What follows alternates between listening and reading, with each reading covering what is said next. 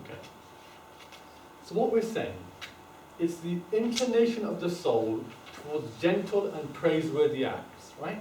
Now we all know what are gentle and praiseworthy acts. We understand that now, don't we? Being honest, having endurance, having perseverance, removing harmful things on the road, not suspicious. These are good things, yes? So the soul inclines to these gentle and praiseworthy acts. That's what good character is. So that your soul goes towards these kind of things in an easy, natural kind of manner. You don't have to fight it. Your character is good and it's easy for you to do these kind of things. That's what the essence of good character is.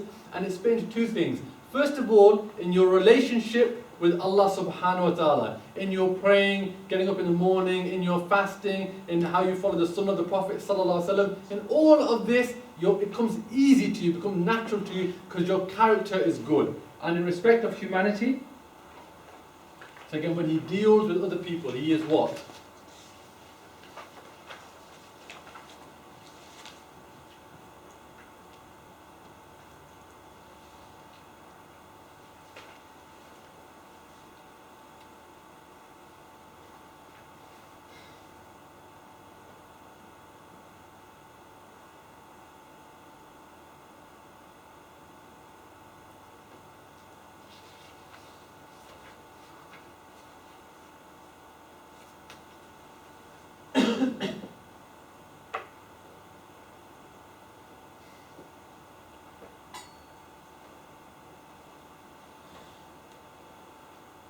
See, maybe this shows us how far we've got to go yet. Because how many of us, we come from a trip, no one visits us, we say, oh, why didn't they visit us? And I visited them last time, why haven't they come to visit us? You give a greeting to somebody, they don't return your greeting, they've snubbed me now. Next time I see him, I'm not going to give salam to him. When he's a guest but he's not honoured, or they didn't bring out their best food for me. When he tries to get involved in a situation, no one listens to him. How do we feel in those situations? The person with good character will be able to deal with all of these type of situations. He will accept it because his character, he's not looking for self-praise. He's not looking for people just to honour him. He can deal with all of these situations because his character is excellent. He doesn't ask for more time. In everything, he can deal with life basically because his character is so good. That's what we're trying to get. That's the essence of Islamic character. That's what we're striving to obtain, to improve, so we can deal with all of these situations, because character affects us in our daily life. The minute we leave this room, the minute you go home, the minute you deal with your flatmates, the minute you see your family, the minute you see your lecturer, your students tomorrow, your colleagues, all of these, your behaviours are all about your character. What is your Islamic character going to be like? How do we develop it? Last couple of slides.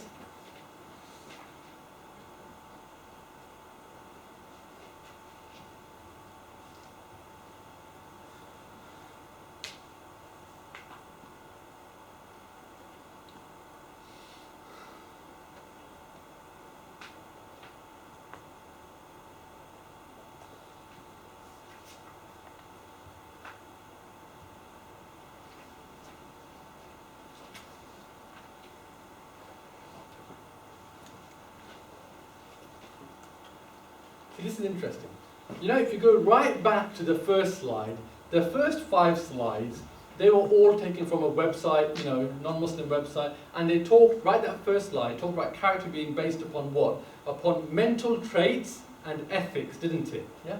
And here, the Shaykh, this is obviously the Islamic bit, it talks about a good character being something which a man which is born with, his mental traits, or which he acquires. These are his ethics or his values, aren't they? So both those two things, put in different words, are described in this sentence. There's some people naturally, they have a kind of good character, they incline towards good. And the Prophet ﷺ said this, that people are like mounds of gold and silver. Those that were best before Islam will be best after Islam, as long as they acquire knowledge. So it may well be that you have some naturally good character, or you have some aspects of character which you are very good at, and there's some that you need to acquire, you need to build upon, and that's firmly rooted in your own nature. So again, if I was to go around the room and ask everybody, what is the one characteristic you would like to improve on? In your own minds, what would it be? And you don't need to say it out loud, obviously.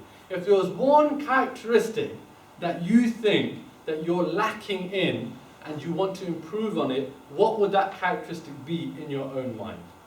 Is it being able to deal with adversity? Something goes wrong, how do you deal with it? Is it about not being envious? Is it about not being jealous? Is it about being more kind? Is it I should respect my parents more? Is it I should be a better person in general? What is it? What is it about you as an individual that's lacking that you need to work on? It's something that you need to acquire. One of the best ways is sitting with righteous people or people with good character. You will learn from them, inshallah.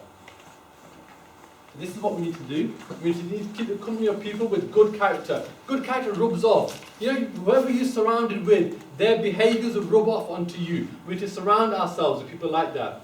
We need to really learn about the Prophet's example as the role model of ideal character. And it's very important. He is our absolute role model of even the Quran says he's got the best character. So if you want to know what is the peak of character, you need to look at an example of the Prophet sallallahu alaihi wasallam. Make a list of character defects and strengths. So it's not all about defects. All of us have strengths as well. All of us have things that we've got that are good and we can build upon them. What are they? Practice good character. If your good character that you need to try and improve on is being calm in a difficult situation, practice that. Next time you're in a difficult situation, see how you behave. Develop strategies to improve your character so you respond in a better way. And finally, make dua to Allah subhanahu wa ta'ala that He enables us all to have the best character. And the conclusion is what? Knowledge and good character lead to self-development and dawah. This is what we need to do. As individuals, all of us need to improve ourselves. We'd agree with that. And we need to give dawah to non-Muslims and Muslims. In order to do these two things, you need knowledge. Without knowledge, you're never going to improve. You won't know how to improve yourself. You won't know what to do. You need knowledge. And you need good character as well. Because how many people have knowledge, but their akhlaq is so bad, you don't want to meet them. So they're very good. It could be in Islam, or it could be a lecturer. He's very good, or she's very good. But they're so abrupt. They're so put you down. You say, I don't want to approach that person. You've got people at work. They're very good at their job. But that when I speak to them, they're going to look down at me. They're not going to give me a full answer. They think, I'll go to somebody else, isn't it? That's how we behave. So we need to have that good character and we need to have knowledge. When we have these two things, inshallah, we can develop ourselves and be effective da'is, which will lead us successful in this life and the next life. So that was a conclusion. That was a summary about good character. We understand the importance of it, or what it is. It's about our mental and our ethical characteristics and traits. We looked at the importance in society. Everyone recognizes the importance of good character. It shines out, Muslims and non-Muslims. We looked at the importance of good character in Islam. The many hadith of the Prophet ﷺ is one of the heaviest things on Yawm al-Qiyamah. Imagine arriving and you see on your scales, and your scales are heavy. And you think, why? I didn't do enough of this, I didn't do enough of that. But because your character was so good, your scales were so heavy. We then looked at the best example of character, Rasulullah sallallahu alaihi wasallam. We then looked at examples of good and bad character, and we then looked at ways of developing and improving our character, inshallah. So that's the end of the session today, a small seminar. Are there any questions anyone wants to raise and discuss, and we can perhaps have a bit of a discussion as a group, inshallah? Yes, please. So tell myself, should I look for someone who kills? Someone who's killing? No. Someone who's calmer, probably, isn't it? Because what you said, maybe you get a bit anxious, really, isn't it? Yeah. So it would be helpful, I think, for you to look at people who you look at their personality, right, and they're a bit more calmer, and you kind of observe them, and that will rub off on you, inshallah. But also, there's lots of things not just in Islam, but about combating anxiousness and worry, about different kinds of behavior, what you should be saying to yourself, what sort of zikr and dua. All of these kind of things will help you. So you should do some research and work on that quality. So it's about combining the Islamic angle of it, but also with research as well. And practicing yourself, seeing how did I behave. And if you're anxious, once that situation is over, often what you realize, what was I anxious about in the first place? That's the key thing about anxiousness. You're at work and you've got a deadline. And the first 2 days before, you're worrying. And then later on at the weekend, you think, why was I worried about that in the first place? It's about perspective, really, isn't it? Yes? And it's about knowing that, again from Islam, that whatever Allah subhanahu wa ta'ala has decreed for you is going to happen to you. This is qadr, isn't it? You know that. But you have to remind yourself over and over again. You have to remind yourself of this thing. You have to look in today. I was thinking of something at work, then there was something on the news, and they showed the situation in Syria. And there was a young boy, and both, 5 or 6, both of his legs cut off from beneath his knees. Really, his father and was died, one parent left. And you look at that and you think what Allah has given, and you think, why am I worried about my deadline or this and that? Do you understand, Akhi? It's about that really, isn't it? But you have to do a lot of thinking, a lot of reflection. You know, it's not easy, but if you want to improve, many things that we can do, inshallah. Yes, sister? Like you were saying in the beginning that even a non-Muslim can have a good character. But in the Quran it has been said many times, I think, that do not take as awliya, protectors, friends, Yes. people who are not Yes. Muslims. So I asked about this to, I think, one of the sheikhs who came on visit last week, and he was saying that it doesn't literally mean befriending. We can be friends with them, but we cannot trust them. Yeah. So if I have a friend who's non-Muslim and that person has a very good character, can I not really trust? Yeah. I'm not sure that trust is the right word. Allah knows best. He's at ulama and we're nothing, basically, right? But generally what we've heard about what awliya mean, or which is what's described, you know, really those people that you take in your intimate company. Okay? So that means you're living in a hall of residence, right? And you end up with somebody and you're in and out of their room all the time. Yeah, all the time. You're best friends, you're always on Facebook, you're chatting, everything is between you and her. Now, if that is a non-Muslim and you're sharing all your secrets and everything you're going to do with her, that is not the right position to be in, because there are differences. And likewise, if that's a non-practicing Muslim as well, same thing, it's going to impact upon you. That doesn't mean you can't be good friends with them, you can be friends with them, that's fine, inshallah. And there may be certain qualities that you can gain from them, because not everyone is going to have the whole complete set of qualities. So inshallah, of course you can be friends with them, of course you can trust them, but at the same time, from the Islamic role model, the role model is Rasulullah sallallahu alaihi wasallam. So whether that person's a non-practicing Muslim or a non-Muslim, if they're away from the religion of Allah, then you should know that really there is some defects there that I need to keep myself wary of. Allah knows best. Another question. Inshallah.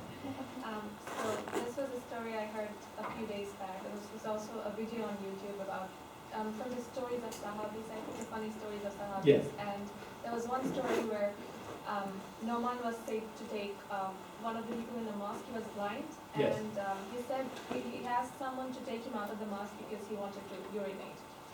So Noman went and took him about the mosque and left him in the exact same spot, and he urinated there.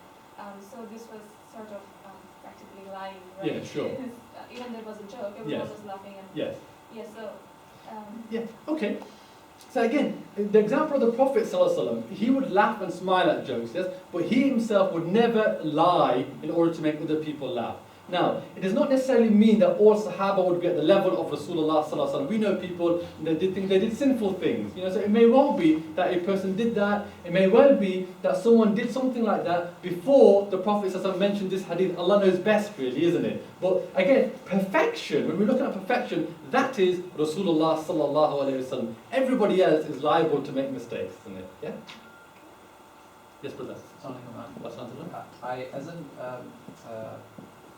I'm not a student here, I'm one of the doctors who works at QMC, and as an external observer, I was at the dinner that we did for Charity Week, Yeah. finally, and I just wanted to make a comment really for us all to reflect Sure. on. I'm really, forgive me if I'm, hurting anyone's feelings, but there when we were at the dinner, I noticed that the tables sort of separated themselves out into various nationalities of people sort of, I think I was, on the Arabic table. Sure. And everyone was speaking Arabic, which I didn't mind, they were speaking to me in English as well, that's fine. But then there was one person who was, I think he was a non-Muslim, and he was queuing up in the food queue, and he was just completely and utterly left alone. Yeah. Nobody at all looked at him, talked to him, and I happened to be just in the queue, so I did talk to him eventually, and he said, it's his first ever ISOC event. Probably his last. And I felt it's Yeah, not a good effect, yeah. really. I mean that's something for all of us to take away, really, isn't it?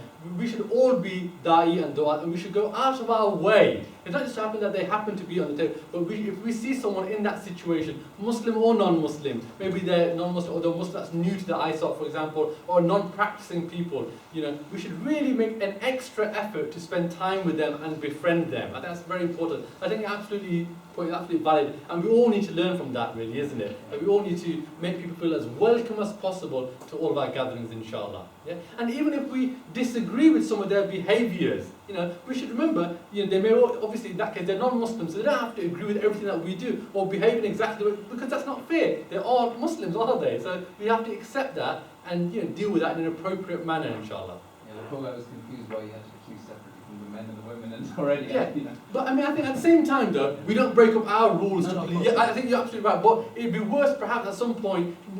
I mean, I think it's difficult to explain to someone like that you don't know at all kind of thing. But once you have a relationship with somebody, then it becomes a bit easier. So it's about finding that balance that, you know, these are our etiquettes at the event that we're holding, but this is why we do it. You know, and most non-Muslims, you know, when you start from the whole point about society as a whole and what the emphasis on family is, if you start from that point, or the emphasis on family, and then how to preserve families, and then you go along and explain to them why we end up with men and women, you know, in this manner, then they understand better. But it is something that we are very negative at in terms of explaining. So I'll just give you an example. We had a mosque visit last week, and a school came. There's a knock on the window. So I opened the mosque window, and there was a teacher there, basically, you see. A male teacher, and he said, can we come in? I said, yeah. And then he said, can the women come in as well, or do they have to go like a different way? Do you understand? So we just have to explain to them, in this situation it's fine for you all to come in, etc. But they do have this perception, and that's one of the challenges of dawah, really, isn't it? About explaining in an honest manner. Because, you know, the only problem is that sometimes we explain, and then we try and change Islam to make it more palatable to the people. We can't do that either. But if you explain things with a smile, often you say something even harmful to somebody, but you say it with a smile, with genuine and with honesty, they will listen to you. Because people can see through. But it's a very good point, Jazakallah khair. Anything else, or are we done today? Okay, I think, Mohammed, I think the next one is the 4th of December. Yeah, that's the last one. Yeah. Will people still be here on the 4th of December?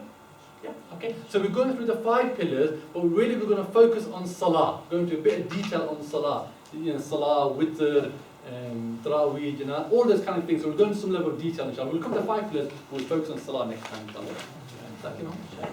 Yeah, just one announcement that inshallah on the 25th of November, inshallah, we have our joint event, the second joint event actually with Nottingham Trent University. So we have the Stranger Tours where Buna Muhammad and I think Baba Ali are coming there in the University of Birmingham. Okay, that's the posters, you find them. And also we're selling tickets for that, which is £5 tickets. So to be there on the Stranger Tour, it will be very nice, inshallah. So all are welcome. The tickets are with me and with Sister Rufaida also.